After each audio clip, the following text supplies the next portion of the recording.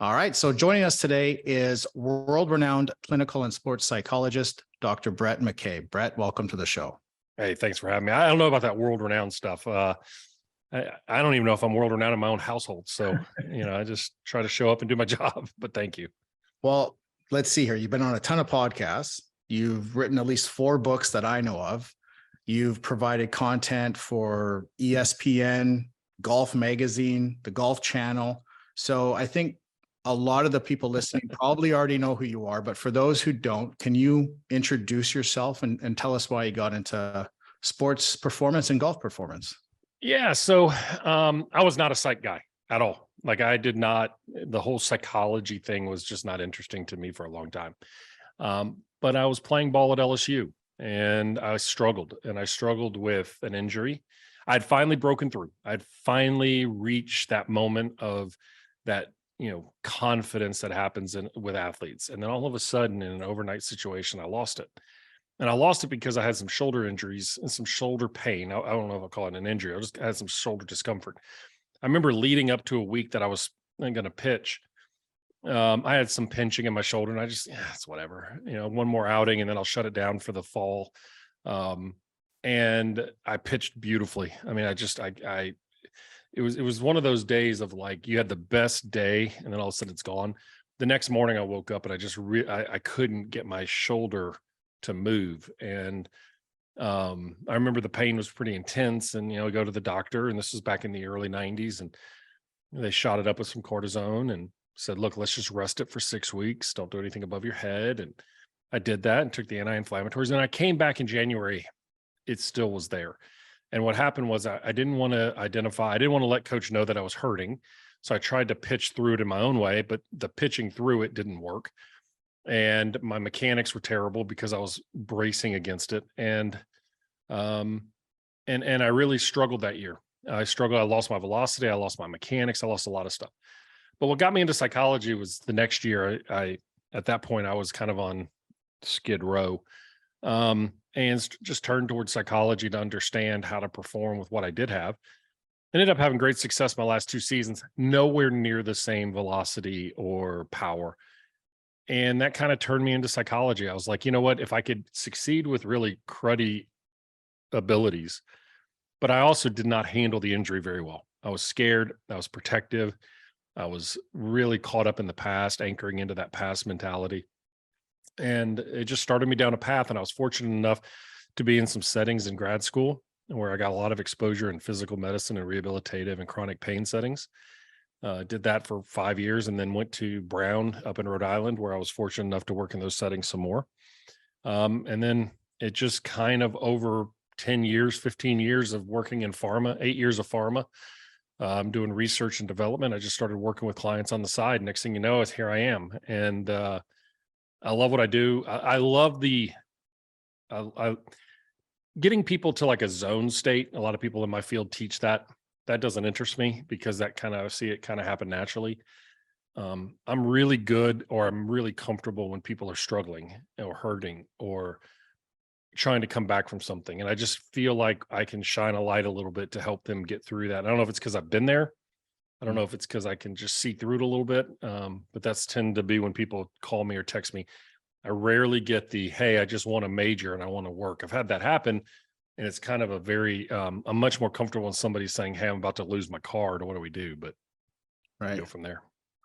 So, I mean, I've been following your work for a number of years, but recently I saw you give a presentation on Kevin Wilk's Grand Rounds. Now, for the people listening who don't know Kevin is a sports physical therapist and researcher, very well known in the field. And he holds these grand rounds where he invites other researchers and other experts in the field to come on, give a presentation. We get to learn about their work and how we can apply their work to our demographic to improve outcomes. And Bhrett, you gave just an outstanding presentation about strategies to help motivate athletes when they're injured. And it highlighted to me a lot of the challenges people face when they're injured and how important it is for us to take more of like a biopsychosocial approach to understanding health. And as a kinesiologist, when I'm working with somebody, I'm primarily looking at their movement, right? I'm looking at their biomechanics, and I'm looking for any compensations that I can see that might increase their risk for injury, right? But there's more to biomechanics or more to injury and pain than just biomechanics. Can you explain how personality traits and life stressors can also be a risk factor for injury? Sure. So there was some, and when I kind of lead into some of the research, I'm going to tell you the research is pretty scant, and it's an unfortunate thing because one of the things I have found in the sports world is not a lot of people want to open up their coffers to the distinct advantages unless you have a research arm associated with the athletic department. They're going to kind of keep things kind of on the down low a little bit. But there was a research study that was done back in the 80s. I'm not going to say it was the most rigorous study, but it's going to start it, where they looked at and assessed stress. Now, my professor in grad school was a stress and medical expert. So the impact of psychosocial stress on people's medical functioning. We know in the world of stress that people who suffer from two types of stress, major and minor. Let me describe the two. Major, loss of a loved one, change of a job, a move, a new baby, something like those are major, significant impacts. And we used to think that those were the really impactors. But what we have found is that the minor stresses, the daily hassles, have the same cumulative effect as major stressors. It's like the tidal wave versus the undercurrent that erodes underneath the foundation. Well, we know that people who are suffering from minor life stress consistently and repetitively have worse outcomes medically: diabetes, arthritis, cardiovascular disease, obesity, smoking, all that. Okay. Some of it's our coping, some of it's the effect on the physiological system. But when you look at somebody who's injured, what they did is they studied and they said, okay, does stress impact injury recovery? Sure. You could look at it from a tissue standpoint. You could look at it from a healing standpoint, adherence standpoint. Stressed individuals don't tend to show up in time for their appointments. They tend to run behind. They have too many competing demands when they're actually in therapy. They're not putting in the same effort and the same intensity. Okay, we know that. But what they did is they monitored football players and they said, does stress predict injury? And what they found was that it does. Now, there's some reasons for that. When you take a look at the biopsychosocial model, what we're describing is the complex psychophysiological state of a human being. And so you're looking at everything from movement patterns to visual fields to reaction time to flexibility to pliability, all those other factors, right? As well as the ability to push through minor hassles. And we know from research that one minor injury is a bigger predictor of a future injury. So people tend to overcompensate and they struggle. Well, that stress actually predicted among football players, those who had the highest levels of stress were at an increased risk of injury during the course of a season. And then you add in the fact that they don't recover as well. So I always found that was interesting because to me, if you've got an athlete who's stressed and you take an athlete whose identity, let's just take athletes in general here. You take an athlete whose identity is wrapped around their physical capabilities on the playing field, on the surface, whatever it is, and you remove them from that environment where they have typically coped. If you ask any athlete, when you're under stress with your sport, what do? The answer is usually practice harder, train more, do more. Now, all of a sudden, we take them out of the environment. They can't do that. They don't have necessarily all the tools to do that. Okay. And so what happens is the team leaves them. They go travel. They come back. They have their inside. They're watching their teammates either struggle or somebody's replacing them and doing extraordinarily well. So let's take a look at the time of this recording. We're talking about, you got to look at the San Francisco 49ers with Brock Purdy, who's the backup quarterback, Mr. Irrelevant in the NFL. Last pick in the draft, and all of a sudden now he's got this buzz. He just took down Tom Brady, looked like a freaking Pro Bowler. You look at that and you say, okay, well, Trey Lance is out for the year. Jimmy Garoppolo may be out for the year. They want to see him do well, but if you start thinking from an athletic standpoint, it's like contract renewals and values. Does San Francisco look at that and say, man, we don't really need a premier quarterback. We can run on a rookie contract for 5 years. What does that do to Trey Lance's recovery? Feeling valued and trusted, and those are all components. And so the biopsychosocial approach, as a psychologist, the way we look at it is what are those biological influences? Family history, their medical history, their injury history, kind of how they, how do they respond to stress, physiologically. Then we look at the psychological. What are their motivations, their coping mechanisms, their buffers, what kind of belief systems do they have? Like, if you're an athlete and you believe that you should never lose your job due to injury, and the next thing you know, you've lost your job due to injury, that can be a very big trust breakdown. And then you look at the social side. Who are the influences? What are the pressures? Are they in a first year, last year contract? Are they in a draft? I mean, if you've got a kid in the NFL who's in college and is in his third year in football, that's a draft year. Okay, now they got a minor hassle that's causing them to not perform at their best. That adds pressure, particularly if a whole family is dependent upon their income. And so you start looking at all those factors and we wonder why somebody is struggling, right? Well, athletes, unfortunately, psychologically, when they're not at their best, they often struggle because they're used to playing like a race car that's got everything primed. How good can they be when they're not at that level? And so those are the factors that we start trying to turn it. So knowing that stress increases their risk, but also impairs their ability to heal and recover from a biological, a sociological, a psychological, and then knowing what to do with them. Those are all the things that we get involved with. And I've been fortunate enough to get on my soapbox enough to know and to yell and scream enough that now orthopedic surgeons, the minute somebody, let's say in Tuscaloosa, University of Alabama, has an injury, I'm involved. They're not waiting for the house to burn down. And I'm not saying, oh, one of the Andrews docs, hey, look, I can improve your surgical performance, but I can tell you we can get a player back sooner. 100% we can. And, at a healthier manner. One of the things that's interesting is when we see somebody's injured or we know that they're in pain, I think we can all appreciate and we all understand that the pain is having a negative impact on their quality of life, right? The interesting thing is studies looking into shoulder pain found that when somebody has shoulder pain, they often feel like the people around them underestimate the impact the pain is having on their life.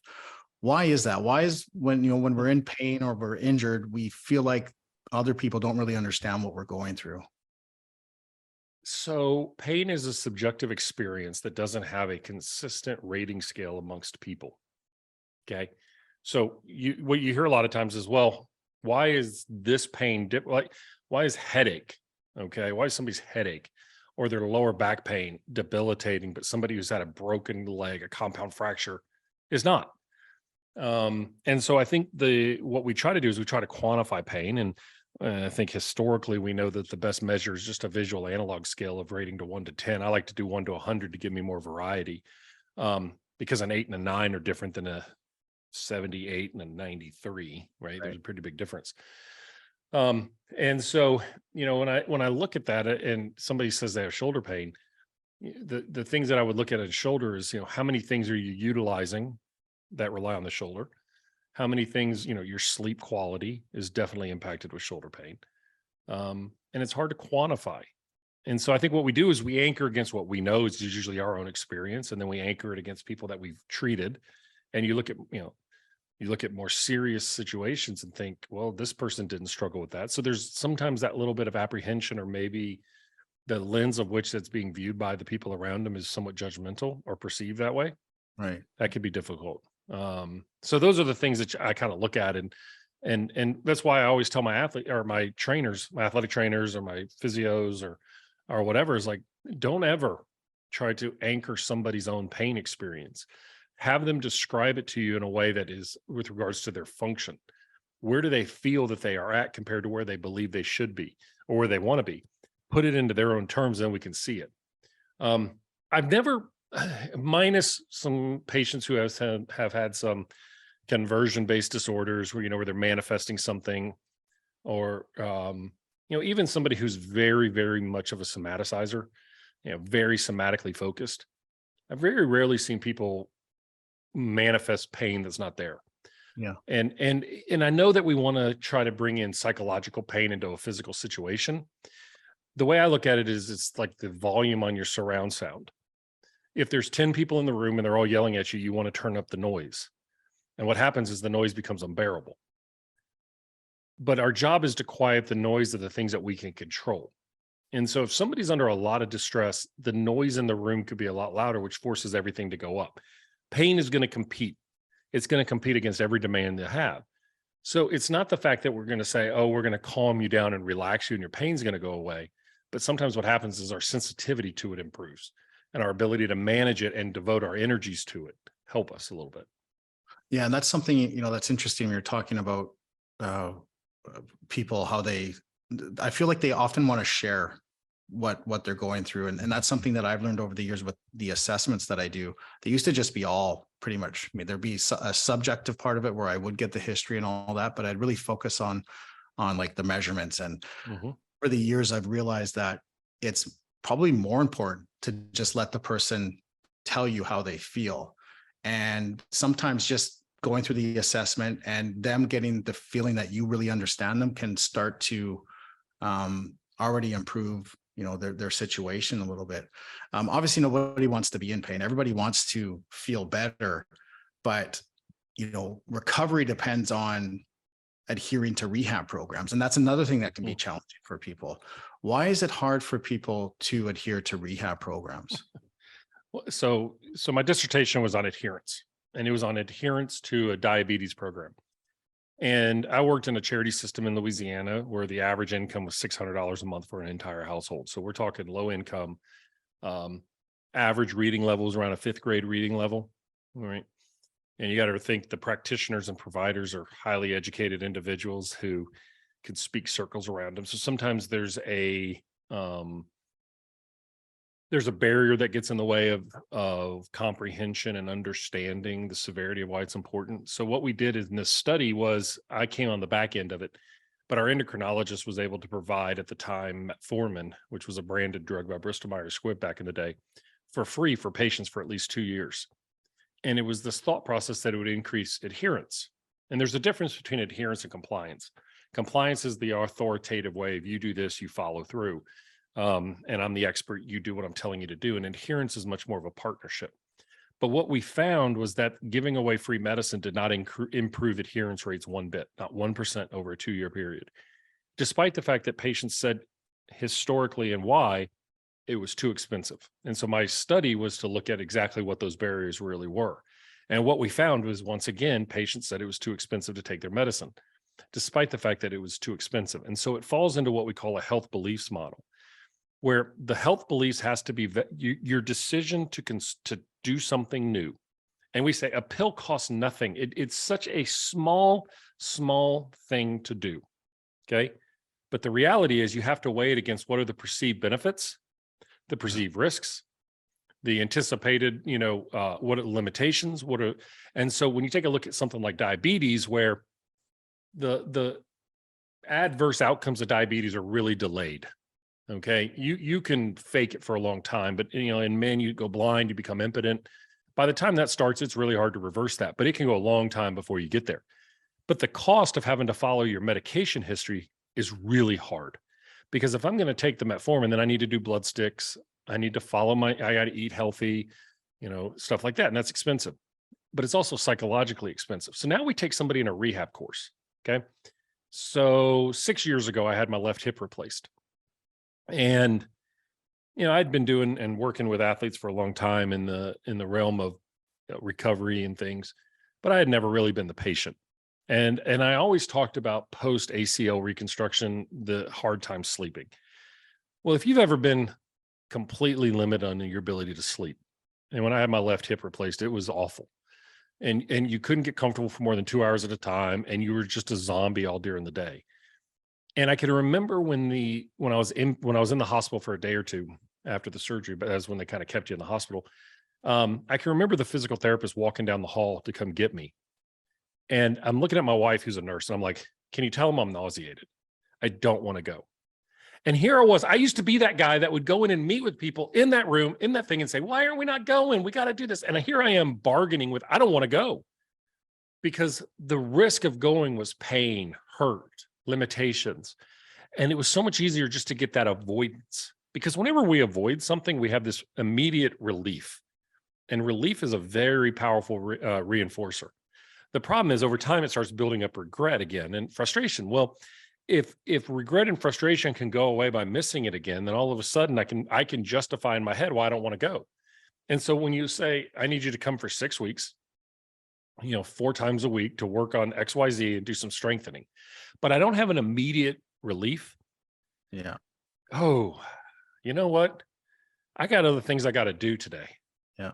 And, and that's what happens. And so sometimes we have to understand, and some of the things that I have found that have worked in adherence, I call it sandboxing. So when we had kids that were younger, you drive around town and you'd say, we drive by a certain fast food agency and they would say, oh, let's go there. The playground. I said, the playground's closed. It's always closed, right? At McDonald's, it's always closed. But they say, well, can we go to the playground? Like, absolutely. So we take them to the playground, but I wouldn't give them the choice of which playground we were going to. I would give them a choice to choose what things they wanted to play on at the playground that I chose. So by doing that, it gives them a sense of control, but only within my domain. And I think a lot of times what we don't do with patients is, what do you want to do? But I'm only going to give you so many options. But it gives them the perception of being a partner in the process versus, okay, go over there and do these 6 exercises that are going to hurt. You're going to be sore. You're not going to see immediate response or relief from it.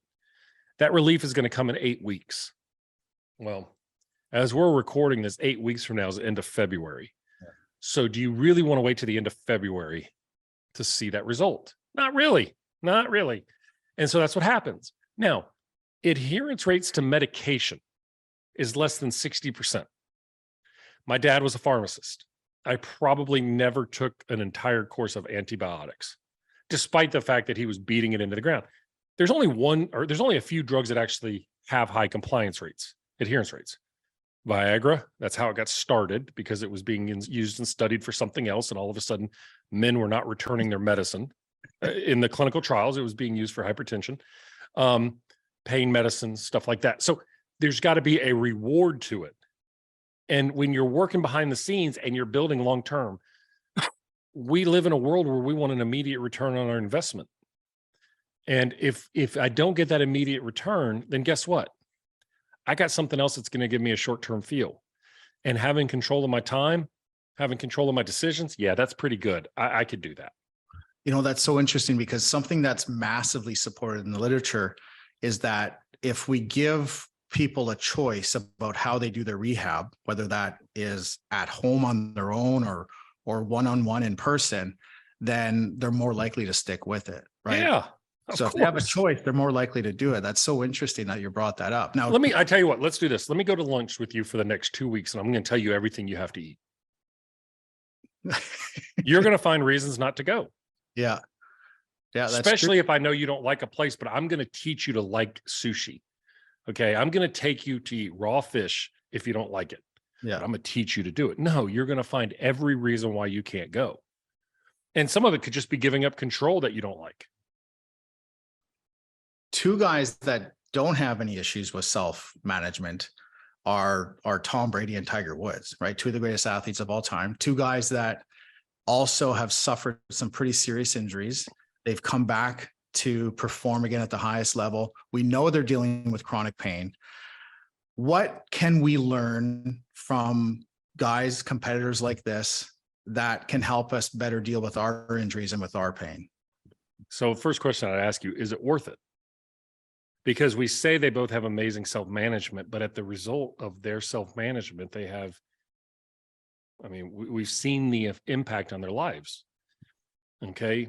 Both of them have been divorced, very high profile lives. And I know the risk of that is high at this world and all that other stuff, but the sacrifices that are taken, okay, and the continual decisions that we only know a sliver of info on. We don't know all the other sacrifices, shortcuts, coping mechanisms that have been used over the years of elite athletes, right? There's a reason why when athletes walk away from their sports and they retire and they have injuries, they struggle because, I look at, like, let's say my weight. All right. When I used to work out and train, I trained for a purpose. If I do this, I'm going to throw harder. If I do this, I'm going to have a better recovery. I hate to exercise now. Hate it. Like we booked a ski trip yesterday. We're leaving in February. And I'm like, I got to get my legs in shape, because the last time I went skiing, I wasn't in shape. It was miserable. Okay. I hate every second of it. I can at least do it because there's a utility associated with it. Because I love to snow ski, but I hate to snow ski when I'm out of shape. I love to ski when I'm feeling good and I'm on the mountain and I'm not exhausted after 3 runs. And so I'm like, okay, that's worth it. If I'm going to pay that amount of money to go and spend some time with my wife, I want to ski and enjoy it. But as an athlete, I can remember pitching a game and then all of us going out to dinner and ordering a large pizza apiece. All right. And now all of a sudden that large pizza sits on my stomach. I don't run 5 miles tomorrow to get it off, because I don't run 5 miles for fun. They have cars and transportation for that. I did that because I had to. So you look at that and you say, okay, is it worth it? And those players get to a certain spot where everybody accommodates them for a period of time. And then guess what happens in today's world? People move on. The next interest is on to the next one. And so I think what we have to look at is, as athletes, those are the greatest outliers in their sports. Tiger's the greatest outlier in the history of golf. There'll never be anybody else like him. Tom Brady, there'll probably never be another person like him, even though he was not heralded as like Tiger was coming up, and all the pressure there, he created it. But I give them a lot of credit. Both of them have revolutionized the way that they take care of their bodies for other athletes. If you look at when Tiger Woods came out, I think the average shoe size on the PGA Tour was a 9.5. Now it's an 11.5 or 12. And the guys are ripped. I mean, very few overweight players out there. They're fit. They don't look like, European footballers, but they're fit. NFL guys are training year round. Major League Baseball guys train. They take 2 weeks off and they're back training as soon as the season's over. I think that's what we've learned from those guys. So, but there's a huge sacrifice, because what do you do when it's over? Right? I mean, unless you're gifted with like Eli and Peyton Manning's body style, who's pretty skinny and slender, most guys gain a lot of weight when they're done. If you get together with post player, alumni weekends, you go back to my team, our BMIs are always bad. Yeah. And that's just because people don't want to do it. And so I would say that self-management is tough. But those two guys are obviously great, but there comes a sacrifice to that. In rehab, we talk about the elephant in the room. So the elephant in the room is that lifestyle factors could be a deal breaker for rehab, right? So that means that you can have the best rehab program. The person could even be doing it pretty diligently, but if they have poor sleep quality, if they have poor nutrition, they don't manage their stress well, they smoke, they drink too much alcohol, they're probably not going to respond very well to rehab, right? Mm-hmm. And so for a lot of people, recovering from injury or dealing with chronic pain is going to require some lifestyle changes, and that can be tough. What advice do you have for us to help create lifestyle change? Pick the one that gives them the first immediate hit and then start building from that, right? I think you have somebody who walks in and they're a 2-pack a day smoker, and we want to all of a sudden get them to quit smoking while we're making them do other lifestyle changes. Let's be honest, it ain't going to work. If you take a look at like rehabilitative rehab, addiction medicine, people who quit smoking during alcoholism treatment they do well, right? But you're asking them to make major changes, and it's a really hard shot. When it comes to behaviors, I think the thing that we need to do, one, is be non-judgmental. Okay, we're not going to change entire patterns of thinking and behaving because people are motivated. Most people lose weight. Why? They lose weight because either somebody has scared the living hell out of them, all right, and said, look, you're going to die. Like, die if you don't lose weight.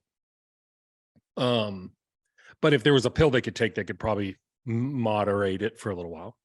There's an upcoming trip or family reunion or class reunion that they want to look good for. And as soon as they get their jeans or feeling more comfortable, they stop, because the choices that are made. So the things that I like to do, and I'm not one good talk about this. Like I said, my biggest sacrifice that happens in my life is my fitness level and but the thing that we have to look at is, okay, what's important? Like the thing is, I'm going to go 0 to 100 and I'm going to make this change. That ain't going to work. You ain't going to make it, because what you're going to do is you're going to quit. It's too hard to get back into it. And then you're going to feel guilty. And then we go to relief when we feel guilty. And that relief is usually a bad choice. Okay. So I'd rather teach them is like, let's be focused on what's the one thing that we want to make a choice of in the moment. So there's a great book called Atomic Habits by James Clear. right? And it talks about building habits around your performance, your life, and whatever. And it's brilliant because it's the simplicity of his book is so good. Takes all the science that we've known forever and he puts it in a way that the average person can read, which I'm like, okay, that's genius. But one of the keys that is always stuck with me and my players is that if you want to work out, go ahead and put on your workout clothes. Don't lay them out, put them on. Like, I don't like to work out first thing in the morning. I like to work out right around dinner. So like today, I've got my workout clothes on because eventually someday, if I'm going to have to make the choice of I'm not going to wear my workout clothes all day and not exercise, that's a bad choice. If I have after our call, I have appointments scheduled that somebody no-shows me or doesn't call in or cancels, I'll go get a 20-minute ride on Peloton. At least I did something. But if I don't have them on, then it's just quick and easy to go, you know what? It's no big deal. And so those are the things to choose. Like if you pack your lunch, you're going to eat a healthier lunch. Okay. Let's not focus on the 40-pound weight loss we need. Let's focus on making the choice of packing our lunch. Let's focus on going to bed without a drink in our hand.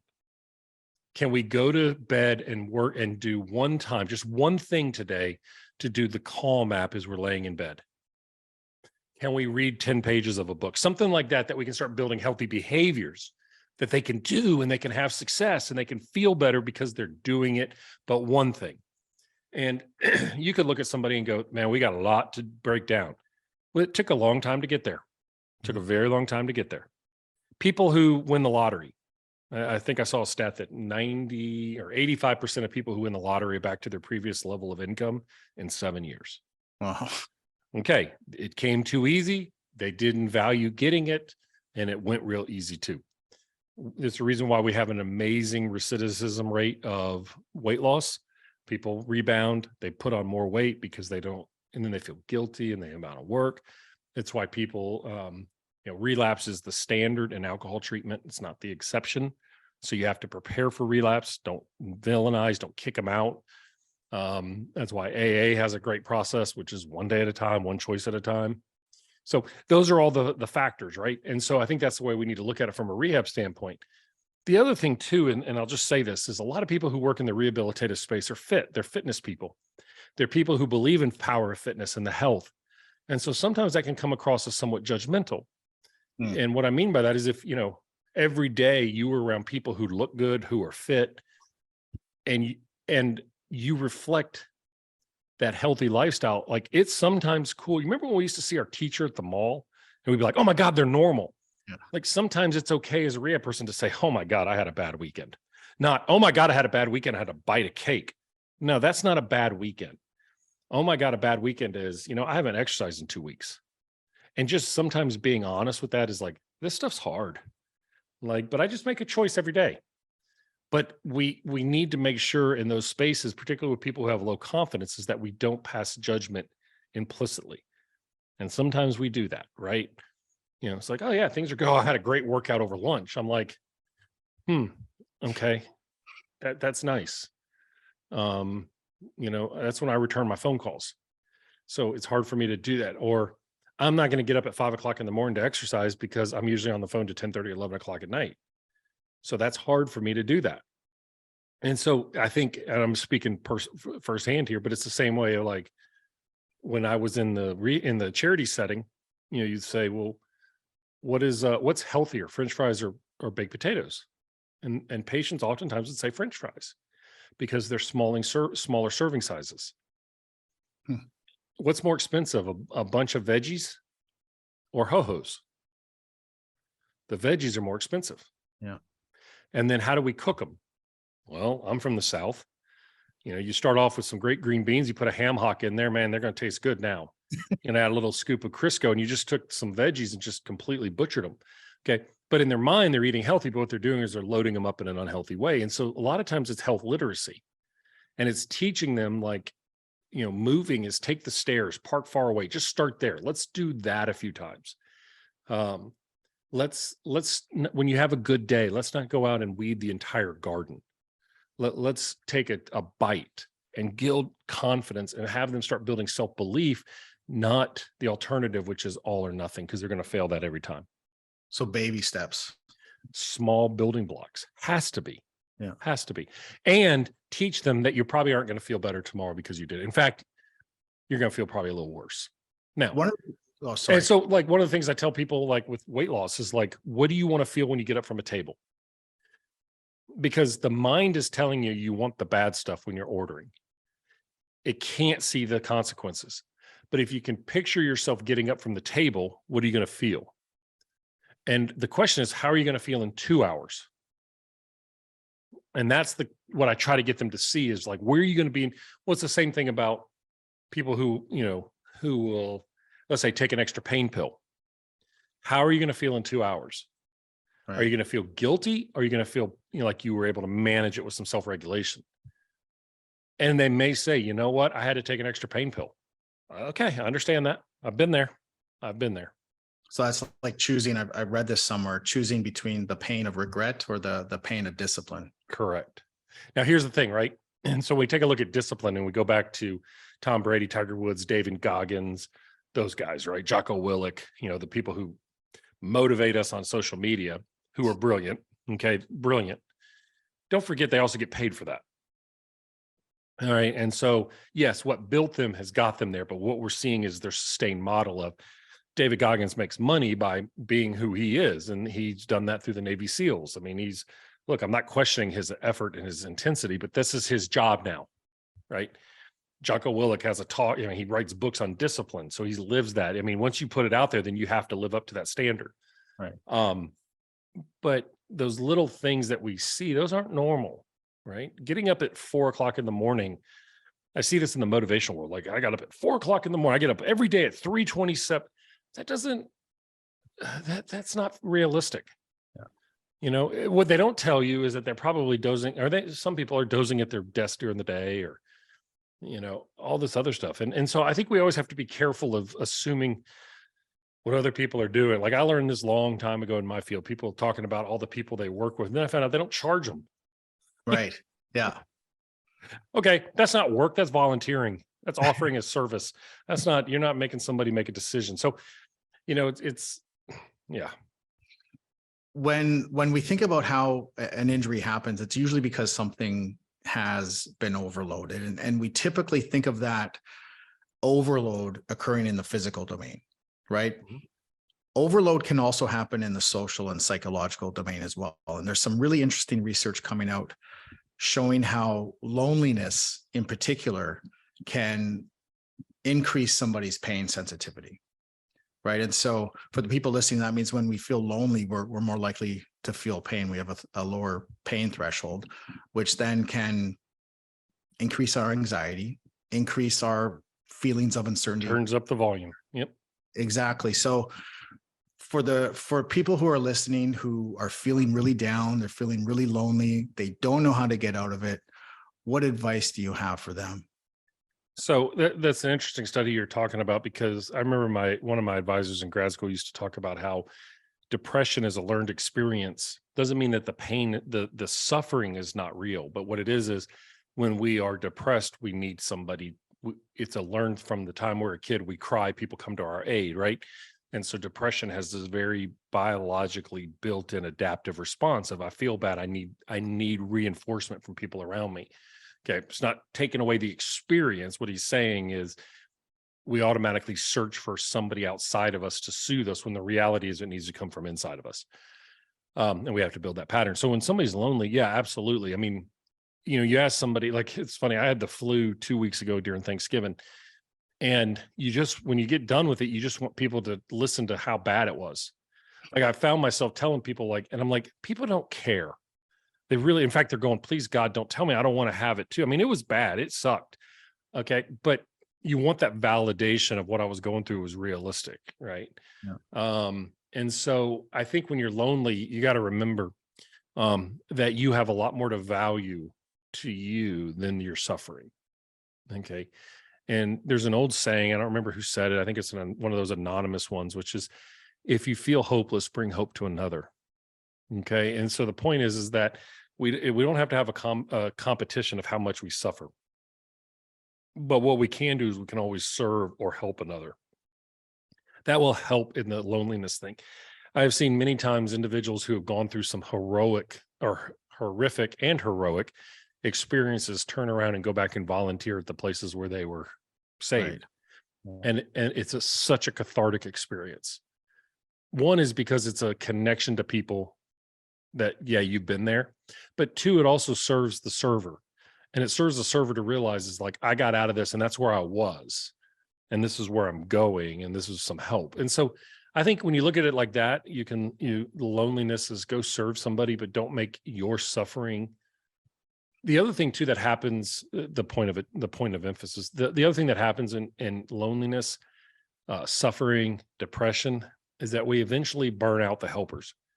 Because for instance, somebody in our family is going through a tough time, they keep calling, and eventually it's like, I'll answer it later because it's exhausting, right? Mhm. And a lot of times those who are suffering don't realize that. They're just begging for help because the level of their hurt is so significant. That's authentic. But at the same time, it's like if you walk by somebody and say, how you doing? They're like, eh. That's a very conditioned response to be like, eh. It's almost awkward if you walk by somebody and say, how you doing? They're like, oh my God, I have the best day of my life. We're like, I don't know what you're taking, but I hope you have a good day. We don't assume that they're actually having the best day of their life. We assume that it's like, man, we're supposed to say not good because people can express compassion and empathy. But the reality of the fact is that is a resource that gets burned out very quickly. Everybody listening is a golfer. Do you think the challenges that we face in our life, the obstacles that we face, can make us better golfers? Is there a parallel? Yeah, I mean, facing a challenge or dealing with the uncertainty. I think the allure to golf and the thing is, the challenge of golf is that we perceive that we have a lot more control over our environment than we really do. Okay. Golf is a good metaphor for life because you control very little of what you think you do. Golf is like dealing with the weather. There's a climate in the weather. The weather is today's expression. The climate is the overall. A lot of times we use today's weather to select the climate when it needs to be the other way around. I'm having a bad day doesn't mean my day sucks. I'm having a bad hour doesn't mean my experience or my marriage sucks. Okay. We need to look at it as right now I've got some thunderstorms, but it doesn't, right now, like in Alabama, the winters are a little unpredictable and wet. It could be 80 degrees like it was Sunday, or it could be 40 like it'll be this upcoming Saturday. We expect volatility, but the summers are amazing. So you just have to understand that right now we're in a little bit of a contentious time. If we get to play golf, great. If we don't, okay. And during the summer, we play a lot in the heat and it's okay. But we're more flexible now. And psychological flexibility is a critical tool for all of us to have. Tell us about your book, Break Free from Suckville. So Break Free from Suckville was started because I found that people kept coming in and telling me how much everything sucked. And they just hyper focused on everything that was a struggle versus seeing the growth that they were taking. And so if you've ever played a video game like Call of Duty, or I don't play video games anymore, I used to a lot, but they'd have these things called campaigns, right? And you'd start off and you're this guy in Germany in World War II in Call of Duty, and you got a rifle that doesn't aim very well or shoot very well, and that's all you have. And you have to progress through the challenge. And at the end, you're driving tanks and calling in airstrikes, right? This high level skill. Well, the whole goal of campaign is that you push and you grow and you struggle, and then you learn how to overcome, and then you push, you grow, and you struggle, and you learn how to overcome. And every level has a challenge associated with it that pushes you to the next level. And you have to win that challenge. But what happens is you could be at level 30, struggling to climb a mountain and throw a grenade down a foxhole, and you think you suck because you've hit this challenge that sucks. And what happens is it changes your mindset and changes your lens to seeing everything around you sucks, and it puts you in a very negative frame of mind. But you failed to see that you're on the 30th level and you've flown through the first 29 with no problems. So Suckville is this whole idea that we're so conditioned to see the negative in things that we actually don't see our growth, but we need to emphasize on the growth. We need to see the things that we're doing in our life. We need to see the things that we're growing with so that we can grow to new levels versus assuming that today's struggle is the definition of who we are. And that's what the book's about. And you have a podcast as well. I do. I don't do it as often as I used to. That'll start again here real soon, though. We just built out a little studio in the back of our house and wired it up. So we're gonna do a lot more video casting. But yeah, it's called Secrets to Winning. I've got a new thing coming called the Mental Game Live, which is a subscriber-based system that will start up in after the first of the year. Very, very, very, very affordable for anybody who wants to learn about the mental game, who can't maybe come see me in person, can't afford to see me in person, doesn't have access. That way we can put it out on a platform and see it kind of like a show where there's content, there's real life information coming from NFL, NBA basketball games, why players do this, do that. So some of the secrets that I've been through and experiences. So one of the things I want to do in 2023 is to increase the access to individuals, because there aren't a lot of people like me. It's a growing field, but it's not as many of people who, if we were looking at a rehab specialist, there's one on every corner. I mean, in Birmingham, because, it's home of some pretty prominent rehab people. Yeah. I'm the only psychologist I know that works with athletes in this area. So I want to, and nationally, I want to get to where people can see, and that's through the podcast, Mental Game Live, books and stuff like that. Can people work with you online? They can. My schedule is not as flexible as it used to be, just given the demands I have on the professional levels. But we have other individuals in our office that see clients, and they all do it online. I have one gentleman who's a psychologist who's worked with teams and organizations for many years. He's phenomenal. He is much more, he loves one-on-one stuff. That's what gets him excited every day. I love doing it, but I also end up getting pulled in that.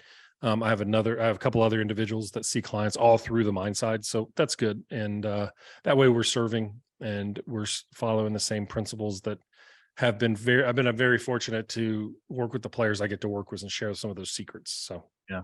And your website and your Instagram.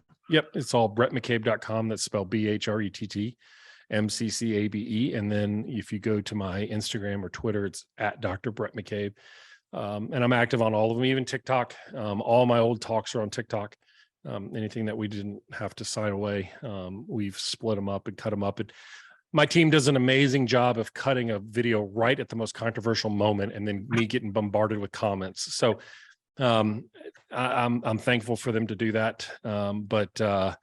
Yeah, so those are some of the things we're going to do this year. I want to get that out. I mean, like I said, we didn't talk about it, but I've worked for Coach Saban for 10 years. I've played for a coach that won 5 titles in 10 years. I've been around the 2 best to ever play their sport, to coach their sport. I've been around, I've had number one players in the world in golf at every level. And, I just kind of want to bring those secrets to people. And my Alabama basketball team just beat 2 number 1s this year already before Christmas. So love seeing that and seeing the players do well. So some of those secrets that I get to be around some of those great coaches, not because of me, it's because I'm around some great coaches. Well, I appreciate you coming on, Brad. I know everybody listening appreciates it as well. Thank you very much. Thank you very much.